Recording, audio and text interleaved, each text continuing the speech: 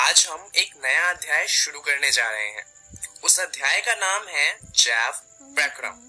तो चलिए जानते हैं कि इस अध्याय में हम क्या करने वाले हैं। तो सबसे पहले हम बात करेंगे सजीव तथा निर्जीव की।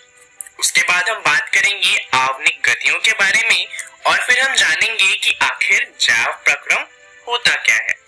और आखिरी में हम एक सवाल को देखेंगे, जो सवाल है कि विषाणु सजीव है या फिर नहीं। और ये बहुत ही मजेदार सवाल है क्योंकि दरअसल इसका कोई उत्तर है ही नहीं। तो चलिए शुरुआत करते हैं सजीव तथा निर्जीव को जानते हुए। अब हमने बचपन में पढ़ा था कि सजीव चीजें वो होती हैं जो चल सकती हैं। जैसे कि हम चल सकते हैं तो हम सजीव हैं। उसी तरीके से जो चीजें खेल सकती हैं, जैसे कि हम खेल सकते हैं तो हम सजीव हैं। वहीं पर जो चीजें बात कर सकती हैं, चल फिर सकती हैं, वो सारी चीजें सजीव होती हैं। परंतु अगर हम इस उदाहरण को देखें और इस तरीके से सजीव या निर्जीव में अंतर बताएं, तो अगर हम पेड़ की बात करेंगे तो पेड़ की बात करने पे हमें पता चलता है कि पेड़ बात तो कर ही नहीं सकते, ये खेल भी नहीं सकते और ना ही ये चल सकते हैं। तो हमने जो बचपन में पढ़ा था सजीव और निर्जीव के बारे में, उसके हिसाब से तो पेड़ निर्जीव हो गया। परंतु हम जानते हैं कि पेड़ निर्जीव नहीं होता। तो अब इससे हमें पता क्या चलता है? इससे हमें पता चलता है कि दिखाई देने वाली जो गति होती है वो जीवन को परिभाषित लक्षण के लिए पर्याप्त नहीं होती। तो यानी कि हमें कोई और लक्षण चाहिए जिन लक्षण के आधार पर हम बता सकें कि कोई सी चीज सजीव है या फिर नहीं है। तो यहीं पर जीवन के परिभाषित लक्षण के लिए आणविक गतियां अधिक आवश्यक हो जाती हैं। अब यहाँ पर सवाल ये आता है कि आखिर आणविक गतियां कहते किसे हैं, आखिर ये होती क्या है। तो चलिए जानते हैं एक उदाहरण से। अगर हम कोई खाना खाते हैं तो वो खाना पच जाता है और पचने के बाद क्या होता है, हमारे शरीर को उससे ऊर्जा की आपूर्ति होती है। अब ऐसा तो है नहीं कि हम खाना को खुद पचाते हैं, दरअसल हम तो बस खाने को खाते हैं और वो अपने आप ही पच जाता है और हमारे शरीर को उससे ऊर्जा भी मिल जाती है। अब ये होने के लिए हमारे शरीर में बहुत सारी गतियां होती हैं। दरअसल ये जो गतियां होती हैं इन्हें ही कहा जाता है आणविक गतियां। ये गतियां हमारे जीवन के लिए बहुत ही ज्यादा महत्वपूर्ण होती हैं। चलिए जानते हैं कि ऐसा क्यों होता है। दरअसल जैसा कि हम जानते हैं सजीव की संरचना सुसंगठित होती है। उनमें उत्तक होते हैं, उत्तकों में कोशिकाएं होती हैं और कोशिकाओं में छोटे छोटे घटक होते हैं, जैसे कि केंद्रक या फिर झिल्लियां आदि। तो अब होता क्या है कि सजीव की यह संगठित एवं सुव्यवस्थित संरचना समय के साथ साथ पर्यावरण के प्रभाव के कारण विघटित होने लगती है। अब कोई चीज विघटित है तो उसे मरम्मत की जरूरत होती है। इस तरीके से जो हमारे शरीर की कोशिकाएं होती हैं, इन्हें भी अनुरक्षण की आवश्यकता होती है और मरम्मत की आवश्यकता होती है। क्योंकि ये सभी संरचनाएं अणुओं से बनी होती है, अतः उन्हें अणुओं को लगातार गतिशील बनाए रखना चाहिए और इसीलिए जो आणविक गतियां होती हैं वो बहुत ही ज्यादा महत्वपूर्ण हो जाती हैं हमारे जीवन के लिए। उदाहरण के लिए हमारे शरीर में एक आणविक गति होती है हमारे रक्त का बहाव। अब जैसा कि हम जानते हैं हमारे रक्त के अंदर लाल रक्त कोशिकाएं होती हैं, सफेद रक्त कोशिकाएं होती हैं और प्लाज्मा होता है। अब यहाँ पर होता क्या है कि हमारा जो रक्त होता है वो हमारे शरीर के हर एक कोशिकाओं से जुड़ा हुआ होता है। और मान लीजिए अगर हमें कोई दवाई लेनी होती है या फिर कोई इंजेक्शन लेना होता है तो वो भी हमारी नसों में ही दिया जाता है, क्योंकि जो हमारा रक्त है वो हमारे शरीर के हर एक कोशिका से जुड़ा हुआ है और जो दवाई या फिर इंजेक्शन है वो हमारे हर एक कोशिका तक पहुंचा सकता है। इसी तरीके से जो हम भोजन खाते हैं वो पचने के बाद रक्त में चला जाता है, क्योंकि जो पचा हुआ भोजन होता है वो कोशिकाओं को चाहिए होता है और जो रक्त है वो सभी कोशिकाओं से जुड़ी हुई होती है, इसलिए वो सभी कोशिकाओं तक उन भोज्य पदार्थों को पहुंचा सकती है। तो जो हमारा रक्त है वो हमारे शरीर के लिए एक वाहन का काम करता है।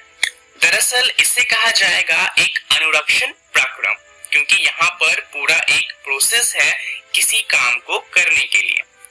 तो सवाल ये आता है कि आखिर सजीवों में अनुरक्षण के ये प्रक्रम है कौन कौन से। तो चलिए खोजते हैं इन प्रक्रम के बारे में कि आखिर ये कौन कौन से हैं।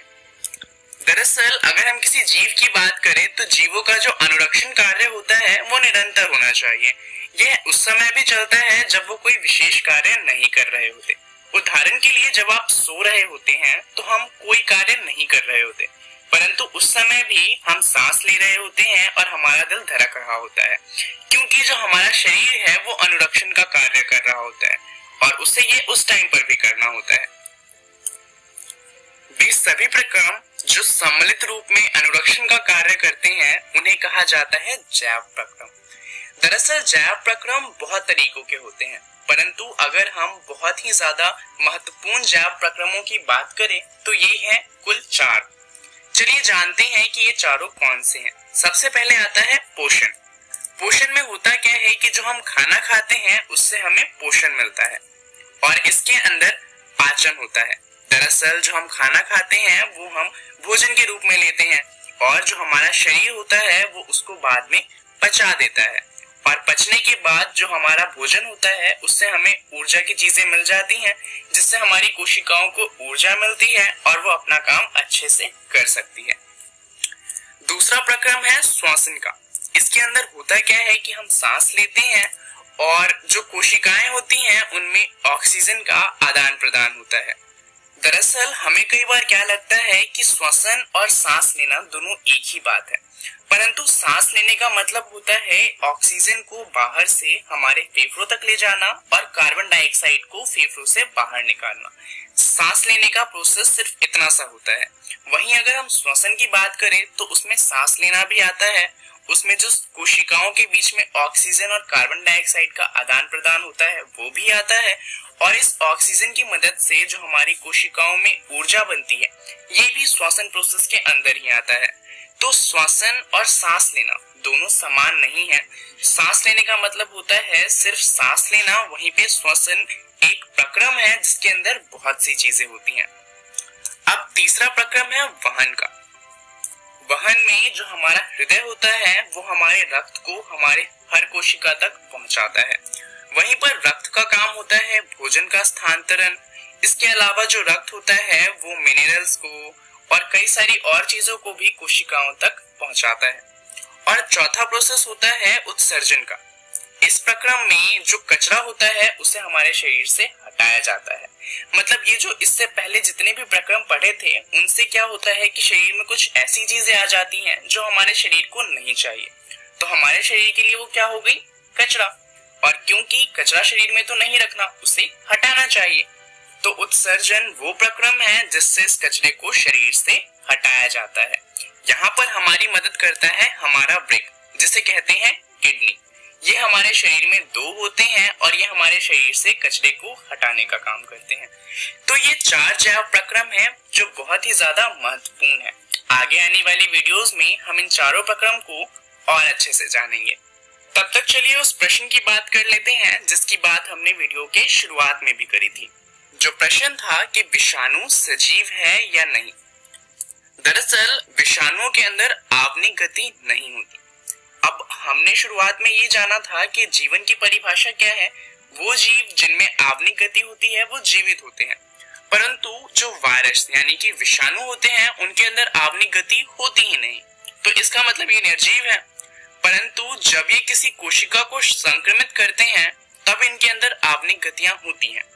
तो अब इसका मतलब कि जब ये किसी को संक्रमित कर लेते हैं तब ये सजीव हो जाते हैं। तो देखा जाए तो विषाणु के अंदर आवनिक गतियां होती भी हैं और नहीं भी होती, और इसी कारण यह विवाद बना हुआ है कि ये वास्तव में सजीव होते हैं या नहीं। और कुछ लोग कहते हैं कि ये सजीव होते हैं, वहीं पे कुछ लोग कहते हैं कि ये निर्जीव होते हैं। तो चलिए जानते हैं कि आखिर इस वीडियो में हमने क्या क्या सीखा। सबसे पहले हमने जाना कि सजीव तथा निर्जीव क्या होते हैं, उसके बाद हमने जाना आवनिक गतियां क्या होती हैं, फिर हमने जैव प्रक्रम की बात करी और अंत में हमने एक सवाल के बारे में जाना, जो सवाल था कि विषाणु सजीव है या नहीं। अब इन सभी के बारे में आप अपनी बुक एनसीईआरटी का जैव प्रक्रम वाला अध्याय पढ़ सकते हैं, जिसके अंदर आपको पढ़ना है कि जैव प्रक्रम क्या होता है। अब हम अगली वीडियो में बात करेंगे पोषण के बारे में। तो आपको 2 काम करने हैं। पहला काम तो ये करना है कि आपने जो आज पढ़ा है उसके बारे में दोबारा से पढ़ना है, और दूसरा काम ये करना है कि अगली कक्षा में आपको पोषण पढ़ के आना है। इस वीडियो के लिए इतना ही। धन्यवाद।